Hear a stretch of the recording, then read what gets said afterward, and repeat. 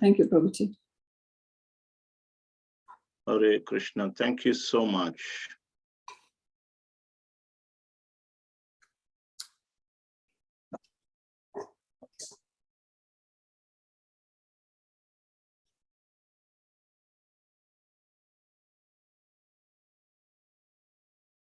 So today we will be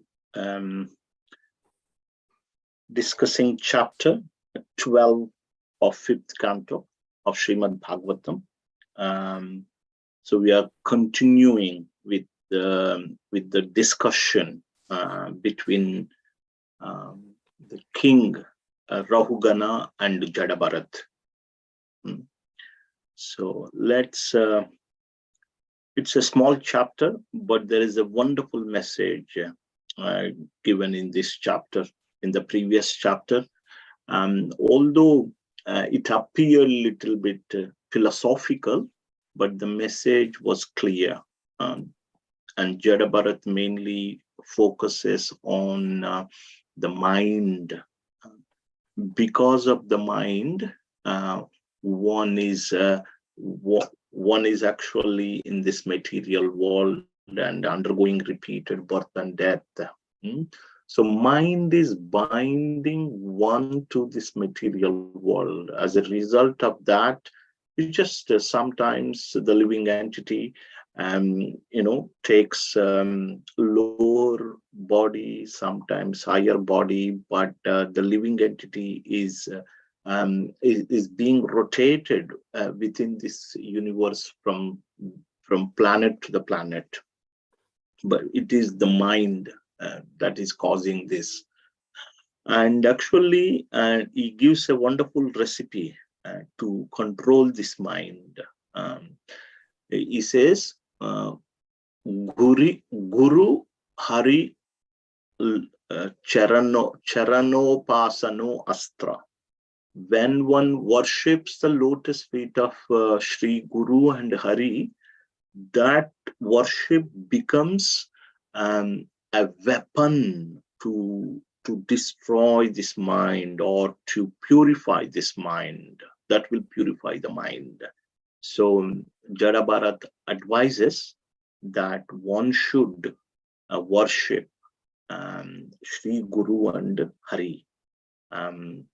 So we all have spiritual masters, and we can have more spiritual masters also. There is one Diksha Guru,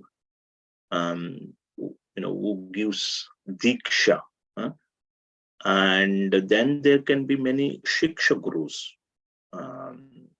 Shiksha Guru means we learn from them. In the 11th canto of Srimad Bhagavatam, this Brahmana, Avadhut Brahman, he had 24 gurus. So there are many gurus, but there will be only one Shiksha Guru. So that is the recipe that is given to overcome the ill effects of the mind. So with that, so we will move on to chapter 12 today. So if you are in a position to, it's only a small chapter, there are 16 verses, but however it is so beautiful, some wonderful instructions can be taken from this. Let me just share the screen with you all. I've got a few windows open. Not that. Right, that one there. So if you're in a position to read, please raise your hand, then I can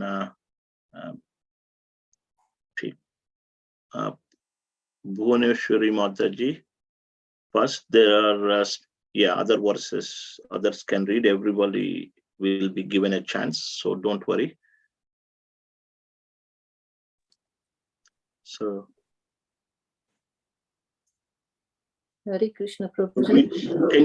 can you kindly read the first 4 verses, please? Yes, So Prabhuji. the chapter, it is chapter 12 and entitled Conversation between Maharaj Rahugana and Jadabharat.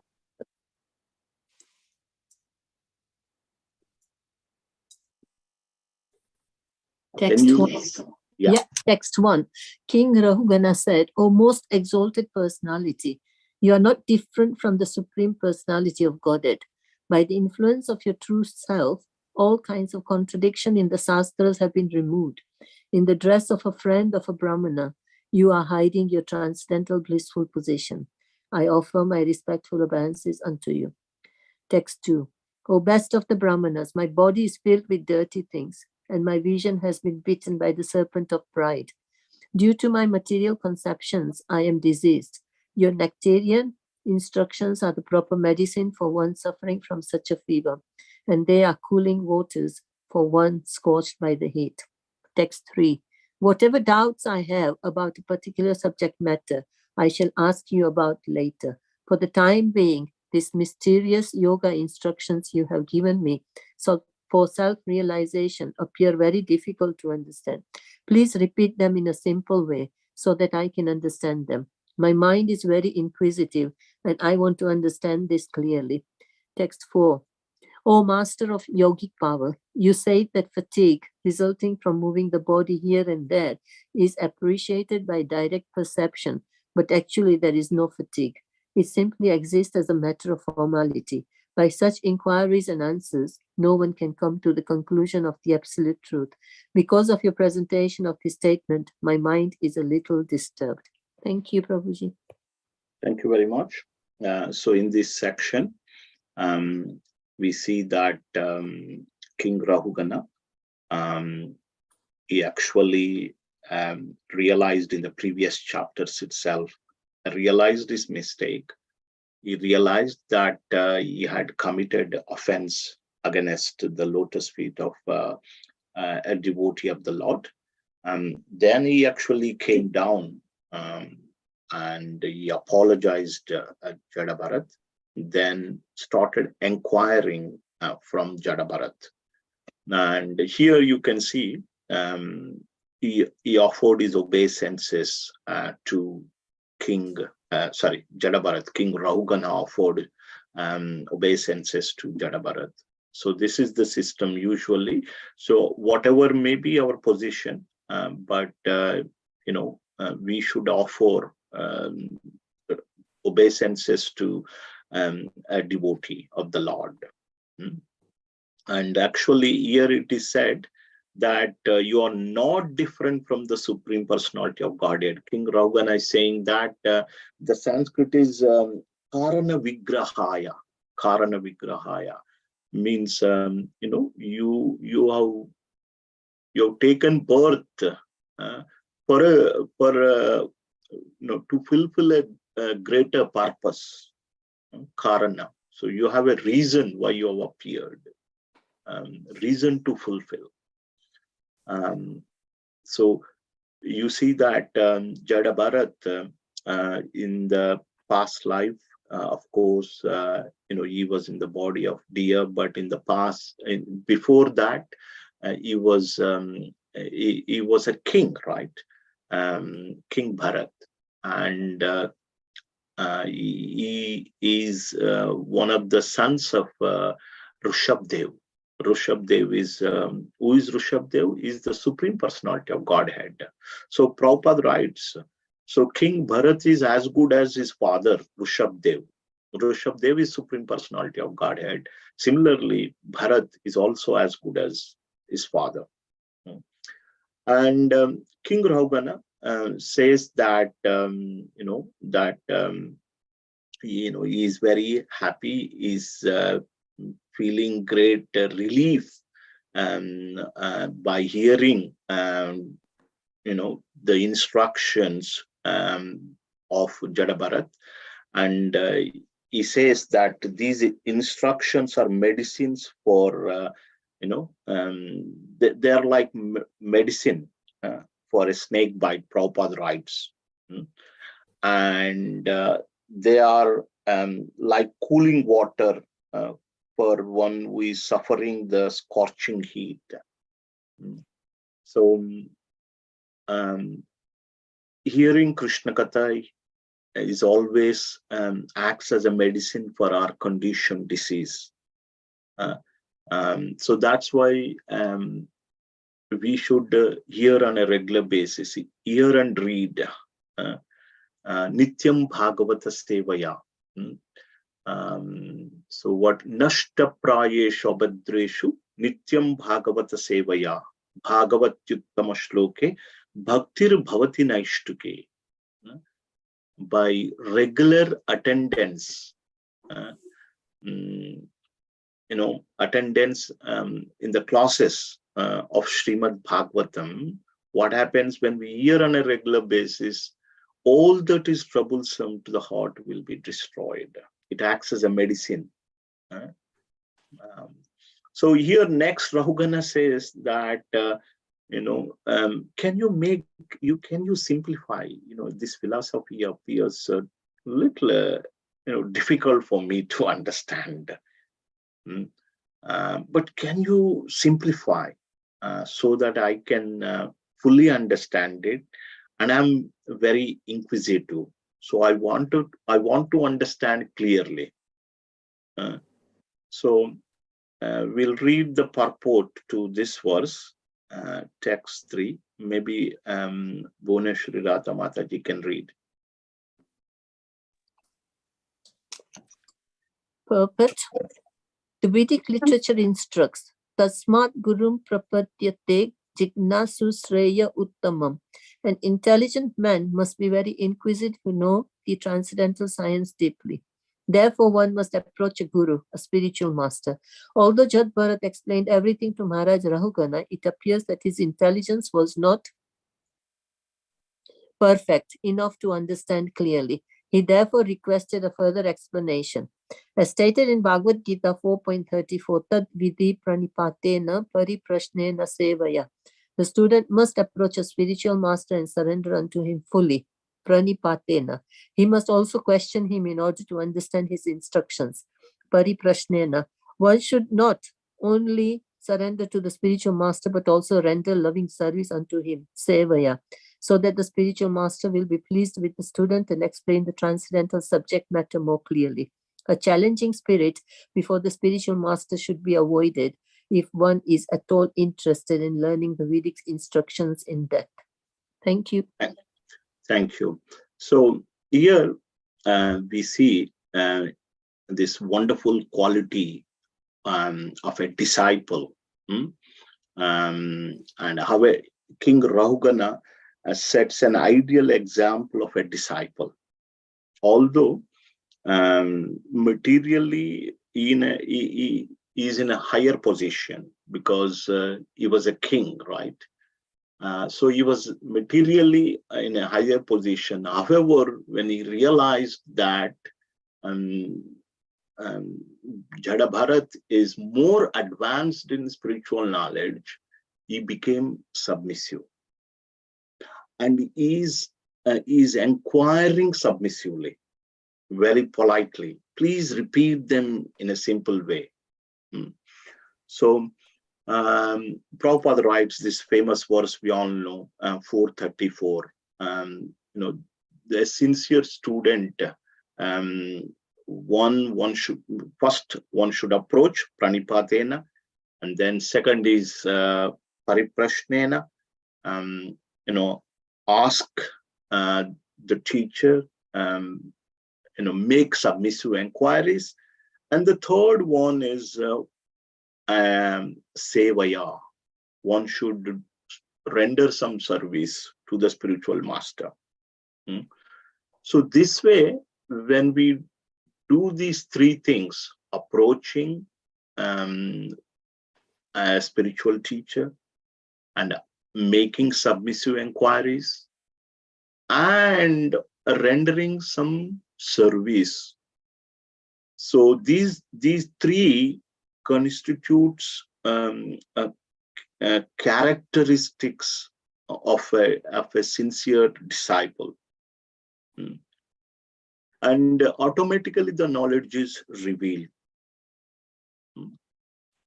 So Prabhupada makes it. And this service literally means it is literally, what does the service means? Anybody, can anybody tell here? Render loving service unto him.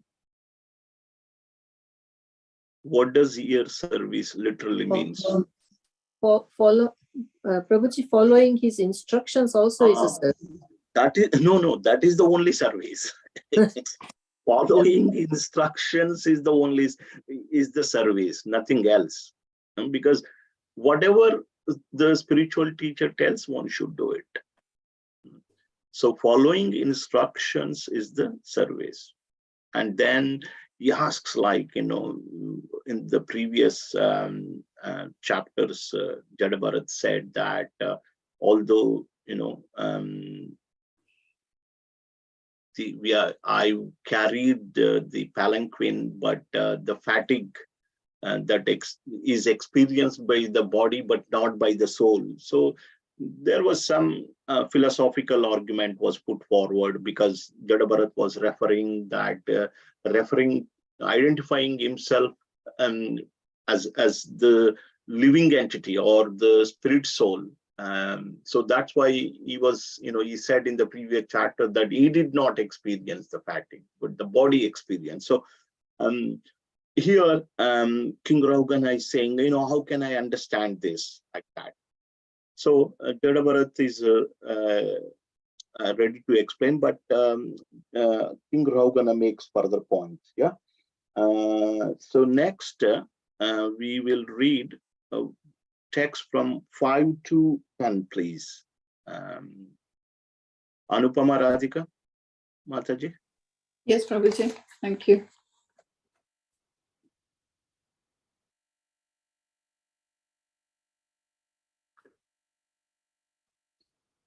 Text 5 to 6. Are you the self-realized Brahmana. Sorry, Prabhuji.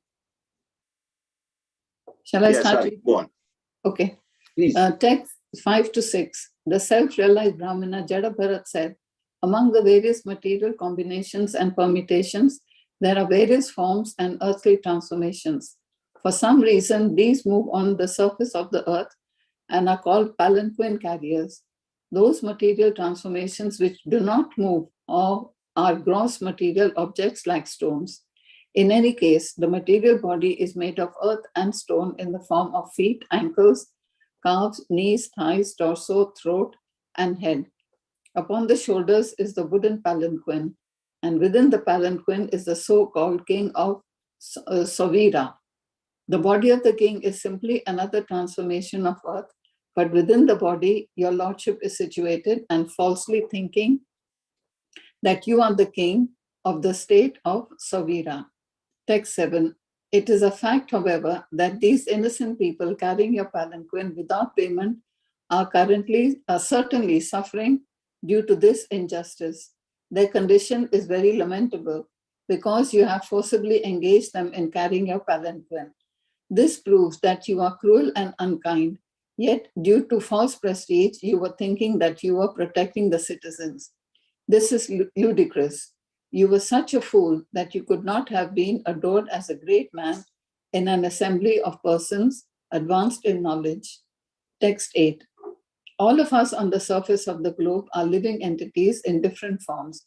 Some of us are moving and some not moving. All of us come into existence, remain for some time, and are annihilated when the body is again mingled with the earth. We are simply different transformations of the earth. Sorry. Different bodies and capacities are simply transformations of the earth that exist in name only. For everything grows out of the earth, and when everything is annihilated, it again mingles with the earth. In other words, we are but dust, and we shall be dust. Everyone can consider this point. Text 9. One may say that varieties arise from the planet Earth itself. However, although the universe may temporarily appear to be the truth, it ultimately has no real existence. The earth was originally created by a combination of atomic particles, but these particles are impermanent. Actually, the atom is not the cause of the universe, although some philosophers think so. It is not a fact that the varieties found in the material world simply result from atomic juxtaposition or combination. Text 10.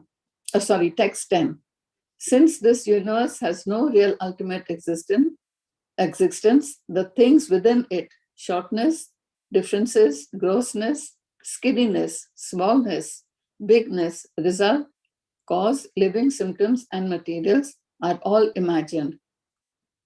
They are all pots made of the same substance, earth, but they are named differently. The differences are characterized by the substance, nature, predisposition, time, and activity. You should know that all these are simply mechanical manifestations created by material nature. Thank you, Prabhuji. Thank you very much, Mataji. Appreciate that. So, King Jada Bharat is, offering more explanation, and basically, he's saying that all these are the transformation of the earth element, different bodies, or basically transformation of the earth element. We will discuss that shortly. But also, he says that it chastises King Rahugana. You're not,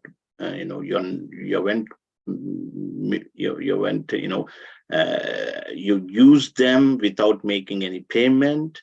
And that's why you are very cruel, unkind, and this is ludicrous. You are such a fool, he says, that you could not have been adored as a great man. This sentence, you are such a fool that you could not have been adored as a great man in an assembly of persons advanced in knowledge. So even though the king was being chastised by Jada Bharat, he was calm and quiet. What do you think of this chastisement? Is he unfriendly? Was Jada Bharat cruel to him? What are your thoughts in this context? Why is Jada Bharat chastising like that? You are a fool. You could not have. Yes, you could not have been adored as a great man in an assembly of persons advanced in knowledge. Prabhuji, from my perspective, I believe he spoke that from the higher plane, and I think he was also fully aware that the king would have been able to comprehend what he was saying from that aspect. So it was spiritual understanding, not material. Hare Krishna. Thank you. Manjula Mataji. Srila Prabhupada once stated that you need to use a sharp tongue sometimes to detach a person from their material positions and prestige. So maybe that is being followed by... Exactly. So actually, Jada Bharat was a real friend of Rahugana. A real friend is one who actually identifies, finds the faults in us and corrects us or guides us in the right direction. Just like if you see, if you take the Ramayana, Vibhishan chastised Ravan, but those instructions were not taken by Ravana. Although Vibhishan was younger brother, he did not, he was not afraid of him, and he spoke the truth boldly. That is true friend. And we also see This is in the case of Dhritarashtra, in the first canto of Srimad Bhagavatam. Dhritarashtra, after the Kurukshetra war, he was, of course, being maintained by Pandavas because his 100 children were died in the battle. But Vidura came back from holy place and he chastised Dhritarashtra like anything.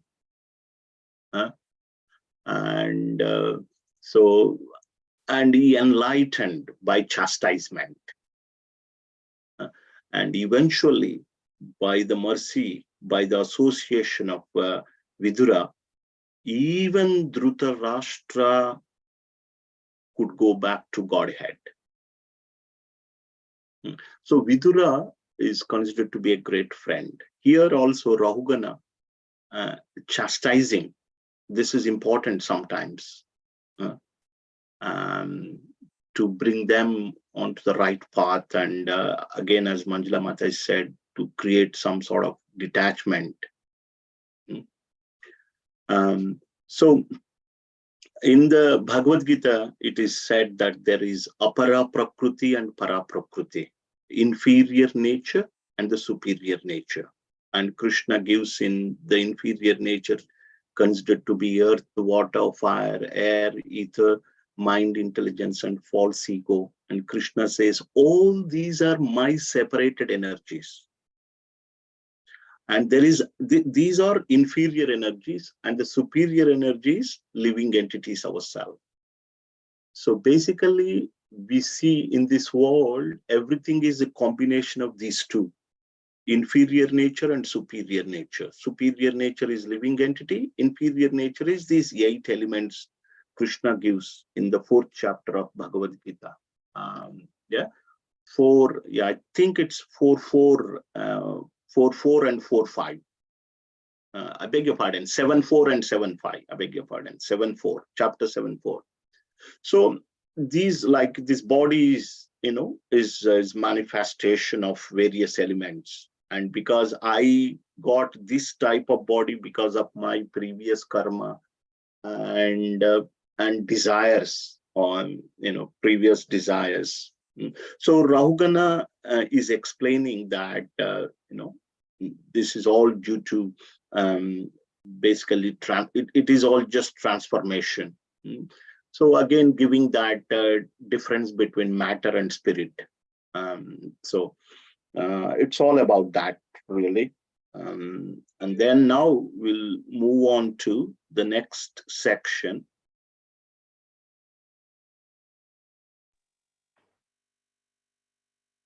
Text 11 to 13. Who would like to read? Ambara Prabhu. Hare Krishna. Text 11. What then is the ultimate truth? The answer is that non-dual knowledge is the ultimate truth. It is devoid of the contamination of material qualities. It gives us liberation. It is the one without a second, all-pervading and beyond imagination. The first realization of that knowledge is Brahman.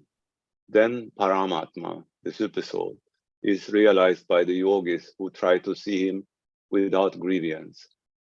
This is the second stage of realization. Finally, full realization of the same supreme knowledge is realized in the Supreme Person.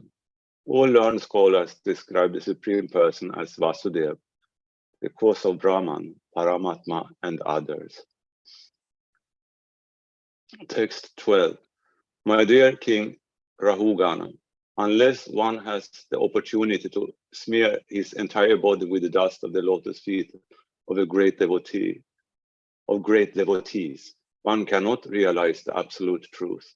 One cannot realize the absolute truth simply by observing celibacy, in brackets brahmacharya, strictly following the rules and regulation of household life, leaving home as a vanaprastha, accepting sannyasa, or undergoing severe penances in winter by keeping oneself submerged in water, or surrendering oneself in summer by fire and the scorching heat of the sun. There are many other processes to understand the absolute truth, but the absolute truth is only revealed to one who has attained the mercy of a great devotee. Text 13. Who are the pure devotees mentioned here? In an assembly of pure devotees, there is no question of discussing material subjects like politics and sociology. In an assembly of pure devotees, there is discussion only of the qualities, forms, and pastimes of the Supreme Personality of Godhead. He is praised and worshipped with full attention. In the association of pure devotees, by constantly hearing such topics respectfully, even a person who wants to merge into the existence of the absolute truth abandons this idea and gradually becomes attached to the service of Vasudeva. Okay, thank you very much, Prabhu. Hare Krishna. So this section is really important, and we can learn some lessons. So in the previous section, basically, Jada Bharat mentioned the earth is the cause of all bodies, and the earth is made up of atoms, which are also impermanent. And what to speak of earth, the entire universe is created by material nature. So, and it is not, yeah. So, and then the question comes, but who is, who is the ultimate truth? Who is causing, who is the cause of all causes? So we say that there is atoms, there is matter, and there are various bodies created. This universe is created. So who is that? Who is doing the activity? And so that is explained in text 11, and that is called non-dual substance. So this is the ultimate truth. And here also Jada Bharat says that in the first realization is Brahman, and then when they advance, Paramatma, and then they realize Paramatma. But all learned scholars describe the Supreme Person as Vasudeva, the cause of Brahman and Paramatma. So sometimes this ultimate truth, absolute truth, is described as Brahman, all-pervading aspect. And some people say that it is localized Paramatma. But here also, here our Jada Bharat says that actually this Brahman, all-pervading aspect, as well as the localized aspect of the Lord, that comes from Lord Vasudeva. So, the three realization: Brahman, Paramatma, and Bhagavan. So Prabhupada quotes that verse also here. Let me share the screen. Three aspects of realization. So the impersonalists, they say it's Brahman, all-pervading aspect. The yogis, they say it's only Paramatma. And the bhaktas, they say it's Bhagavan, and Bhagavan is the source of the other two. Vadanti tat tattva vidus tattvam yajnanam adbhayam brahmeti paramatmeti bhagavaniti shabhyate. The real tattva, absolute truth, is Bhagavan, but due to incomplete realization of the absolute truth, people sometimes describe the same Vishnu as impersonal Brahman and localized Paramatma. Prabhupada summarized it very nicely here. Due to incomplete truth, sometimes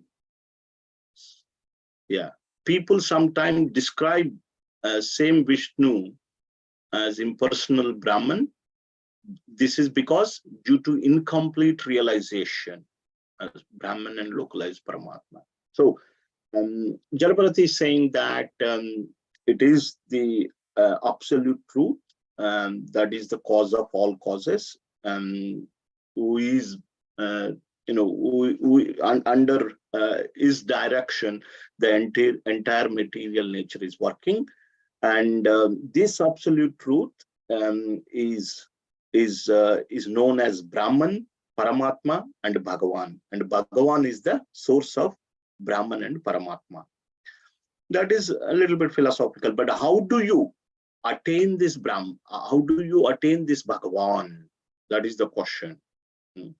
Is real. This material world is false, and that is real. This material world is, it is described as an upside down banyan tree in the 15th chapter of Bhagavad Gita. So there is a true reality elsewhere. This is only illusion. So how do you go to the true reality? How do you attain that Bhagavan? So King Rahugana gives a wonderful recipe here. And because, Jadabharat, Jadabharata gives a wonderful recipe. Rahugana also asked, can you make it simple? There's so much, we discuss so much, and it goes, I'm not able to fully understand. Can you make it simple? Can you simplify everything? So here, Jadabharat simplifies the essence of all the scriptures. Baba, this is the most important. If you read Bhagavad Gita, the summary of all the Vedic literatures is given here. Simply what he says, that if you want to attain this absolute truth,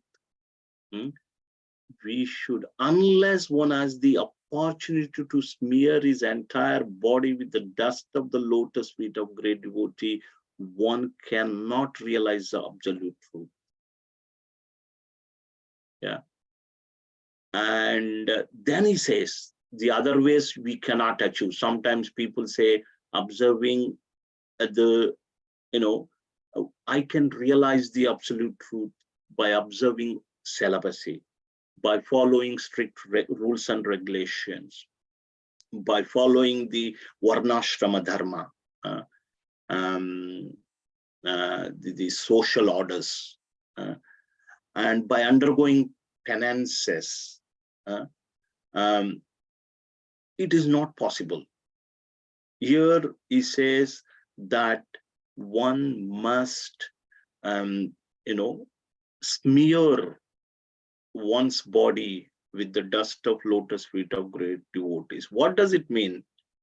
What does it mean? Smearing, we should smear our bodies with the dust of lotus feet of Vaishnava. What does it mean? What is the external meaning? What is the internal meaning? Prabhuji, it probably means that you must be of service to the Vaishnavas and do whatever need be to serve the Vaishnavas. Yeah, it is right. Externally, yes, when there is dust of the lotus feet of a pure devotee, definitely we respect that dust, and that is one way. And the second is that, again, following the instructions, we must serve. We must serve. Just like, we are reading Prabhupada Leelamrita daily, every day, 6 o'clock. And we see how Prabhupada, he took that one instructions to his heart. His Gurudev, Srila Bhakti Siddhanta Saraswati, had instructed him that you preach the science of Krishna consciousness to English-speaking world. That is the instruction. And Prabhupada, always, even though he had millions of failures, right? Meena Mataji, we are seeing there are so many obstacles, so many challenges, but he had never given up. He had never given up. That is actually real service. Let us read that purport.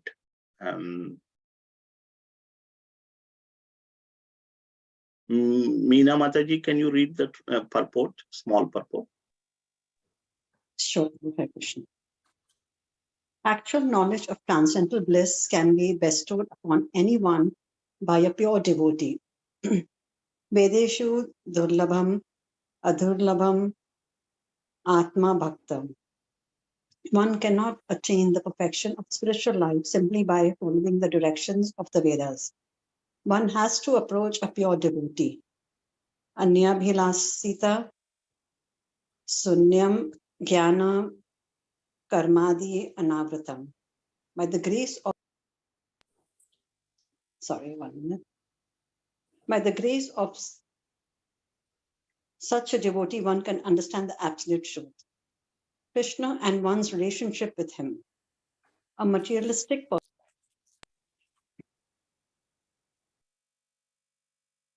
sometimes thinks that simply by executing pious activities and remaining at home, one can understand the absolute truth. That is denied in this verse. Nor can one understand the absolute truth simply by observing the rules and regulations of brahmacharya, which is celibacy. One only has to serve the pure devotee. That will help one understand the absolute truth without fail. That's it. Prabhupada revealed, isn't it, here in the purport? He didn't say that, you just catch hold of the lotus feet of pure devotee and just smear the dust and stay at home. He doesn't say. Here, one only has to serve the pure devotee. Can you give us some examples how, the association of pure devotees helped people to, realize this absolute truth? Sri Narad Muni. Sri Narad Muni. Okay, what did he do? He served Bhaktivedantas, right? He served them, and with their permission, he ate their remnants, and that purified him. Yes, that's wonderful example. And then any other examples from Srimad Bhagavatam? Actually, there are many. There are many. And Prabhupada is a wonderful example himself, right? All these, yes. Nothing mattered, only the instruction of the spiritual master, and carried it out completely. Very determined, very strong, but nothing stopped him.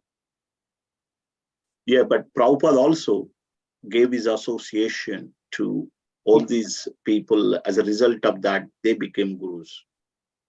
Yes. Yeah. So if we should understand the essence, our mood is that how can I serve Srila Prabhupada? It varies from person to person. We all have different capacities. For some people, serving to Srila Prabhupada means simply reading his books. That's it. It depends on the their personal circumstances. For someone is like doing more, maybe speaking Bhagavatam, or preaching this Krishna conscious to other people. For someone it could be cooking, for someone it could be deity worship. For different people it could be different.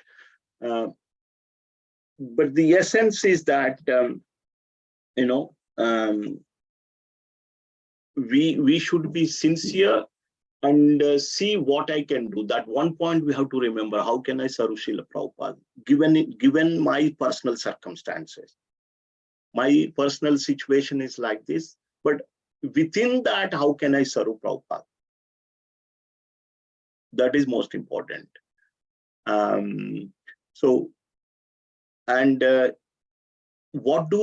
do we identify? Here it is said the pure devotees association is important. But how do we know who is a pure devotee? What are the symptoms? What are the symptoms of a pure devotee? What do they do? The next verse talks about the symptoms of pure devotees. In the association of pure devotees, they only discuss about Krishna. No material subjects. There is no room for discussion of material subjects. It's only spirituality. They always like to discuss, glorify Krishna. So we will read some verses, wonderful verses. Maybe Manjula Mata, if you are in a position to read this, please kindly do from chapter 25 of 3rd Canto. So from text 20 onwards. Yes, Prabhu, I can. Thank you. Every learned man knows very well that attachment for material is the greatest entanglement of the spirit soul. But that same attachment, when applied to the self-realized devotees, opens the door of liberation. The symptoms of a sadhu are that he is tolerant, merciful, and friendly to all living entities. He has no enemies, he is peaceful, he abides by the scriptures, and all his characteristics are sublime. Such a sadhu engages in staunch devotional service to the Lord without deviation. For the sake of the Lord, he renounces all other connections, such as family relationships and friendly acquaintances within the world. Engaged constantly in chanting and hearing about me, the Supreme Personality of Godhead, the sadhus do not suffer from material miseries because they are always filled with thoughts of my pastimes and activities. O Mother, O virtuous Lady, these are the qualities of great devotees who are free from all attachment. You must seek attachment to such holy men, for this counteracts the pernicious effects of material attachment. In the association of pure devotees, discussion of the pastimes and activities of the Supreme Personality of Godhead is very pleasing and satisfying to the ear and the heart. By cultivating such knowledge, one gradually becomes advanced in the path of liberation, and therefore he is freed, and his attraction becomes fixed. Then real devotion and devotional service begin. Thank you, Prabhu. Thank you. That's a wonderful section, and it is very nicely links to our current topic, right? Can anybody guess where this is coming from? Who had spoken these verses? Is it Third, Kapila? Is it Kapila? yes, Kapila Muni to his mother, Devahuti. Wonderful, wonderful. So sadhus are like this. So that's why whenever we want to approach, if you have this tendency, okay, I want to gain some knowledge, I want to advance in spirituality. But if you approach a wrong person and make submissive inquiries and render service to that wrong person, you won't get the real knowledge, right? So that's why whenever you want to approach a person, a saintly person, you must see these qualities. What are they doing? The symptoms of this saintly person are given. They don't say that they are God. Recently, I was listening to a documentary, and one Baba, proclaims himself to be God.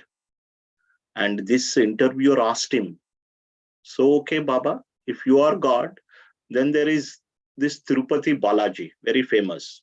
He is there and you are there. So between you, who is greater? And that Baba said, Tirupati Balaji is a stone, but I can do better jobs. So that's why I'm greater. But that Baba, after some time, he died of heart attack. He was taken to hospital and he was pronounced dead after some time. So that's why it is very important that we have to see, we have to be very careful. So I think after coming to ISKCON and reading Prabhupada books, I must say that we gained some understanding about spirituality. Earlier, whoever puts a tilak and whoever wears a saffron robe and whoever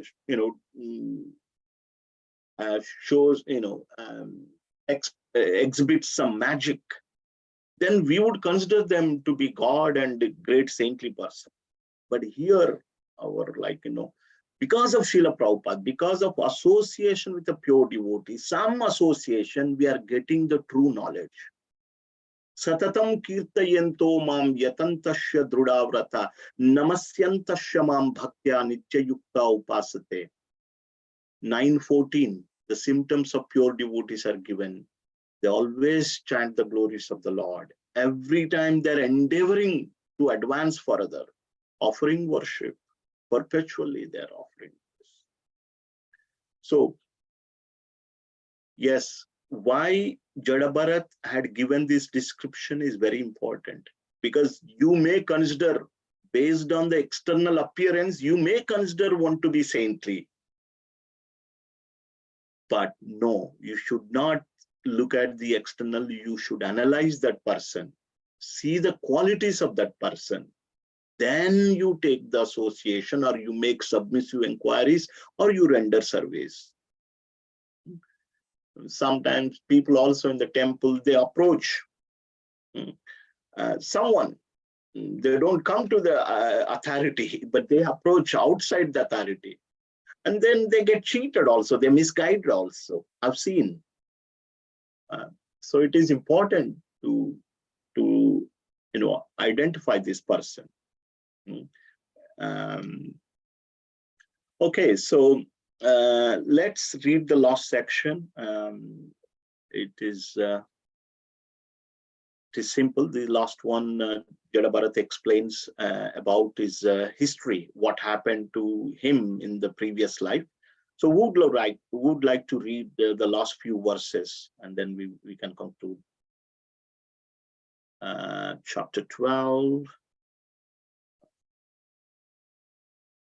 14 to 16. Yes, Ambada Prabhu. Hare Krishna. Text 14. In a previous birth, I was known as Maharaj Bharata. I attained perfection by becoming completely detached from material activities through direct experience, and through indirect experience, I received understanding from the Vedas. I was fully engaged in the service of the Lord, but due to my misfortune, I became very affectionate to a small deer, so much so that I neglected my spiritual duties. Due to my deep affection for the deer, in my next life, I had to accept the body of a deer. Text 15. My dear heroic king, due to my past sincere service to the Lord, I could remember everything of my past life, even while in the body of a deer. Because I'm aware of the fall down in my past life, I always keep myself separate from the association of ordinary men. Being afraid of their bad materialistic association, I wander alone unnoticed by others. Text 16.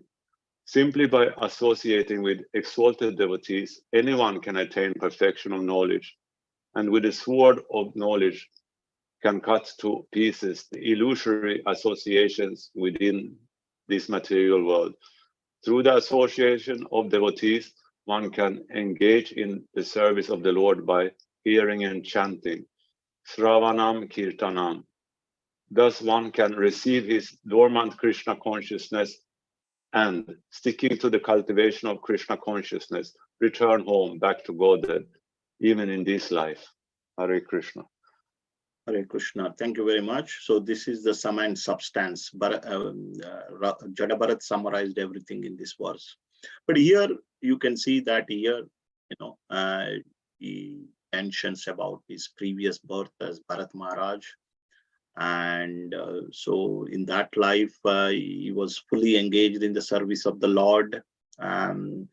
So he says that because of misfortune, he became very affectionate to deer, and he neglected his spiritual life.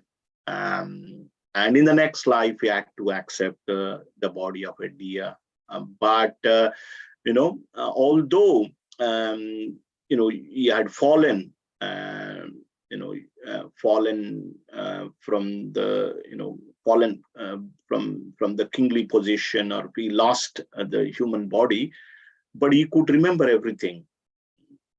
So I could remember everything because of the devotion that he had rendered in the past. So whatever we are doing also, it will come with us. It is never lost, never destroyed. Whatever little devotion we do is never destroyed. It will help us, and it will, Prabhupada used to say that if you are done 5% devotion, in the next life, if you're not finished the next 95, the remaining 95 in this life, next life, you would start from 6%, to make it simple. That opportunity, that circumstances are given. See, we have so many people, but how many people are reading Bhagavatam? Some people have Bhagavatam set, but they don't read. Some people, they have time, but they don't read. So here also there is an opportunity for us. For me also, there is a little opportunity here to, progress further. Lord is giving these circumstances. Because of this association, we are making it. So Lord has, at some or other, brought us together.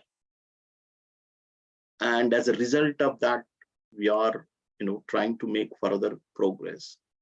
So Lord has created these circumstances because we had done something in the past. So Bharat Maharaj summarizes that simply you just have to associate with the devotees, and the devotees will guide you. And that is the way, you can go back to Godhead. So that is the essence of the entire chapter. Let me summarize in 1 minute. Rahugana offered his obeisances and made some further submissive inquiries from Jadabharat. And he said that he was not able to fully comprehend what Jadabharat had instructed him in the previous chapters, and requested Jadabharat to simplify so that he can fully understand the subject matter, make things simple. So, and following from that, Jadabharat mentioned about this body being the transformation, and all the various things that we see within this material world are various transformation of earth, material ingredients, even the universe. And the cause of all causes, the supreme cause is that Bhagavan, and he has other features which is known as Paramatma and Brahman, but Bhagavan is the source, who is the supreme cause of everything. And how do you attain that supreme cause, Bhagavan?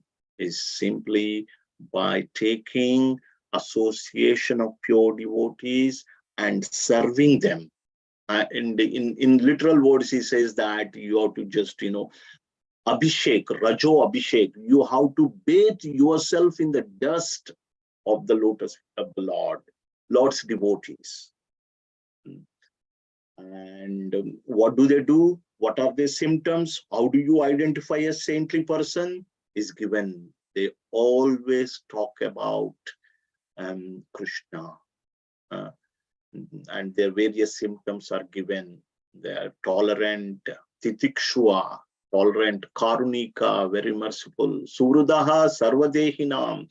They are friendly to all the living entities. Ajata shatravaha, they don't have enemies. Sadhava, sadhubhushana.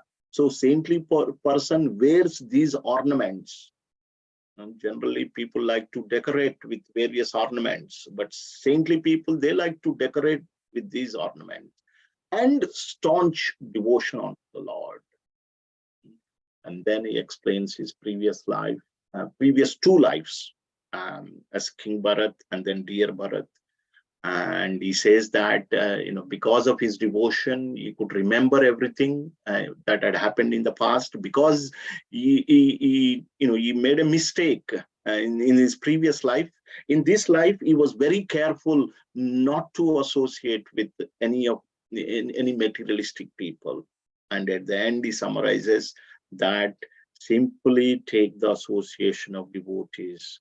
That is the essence of all the scriptures. If you are in the association of devotees, everything is sorted.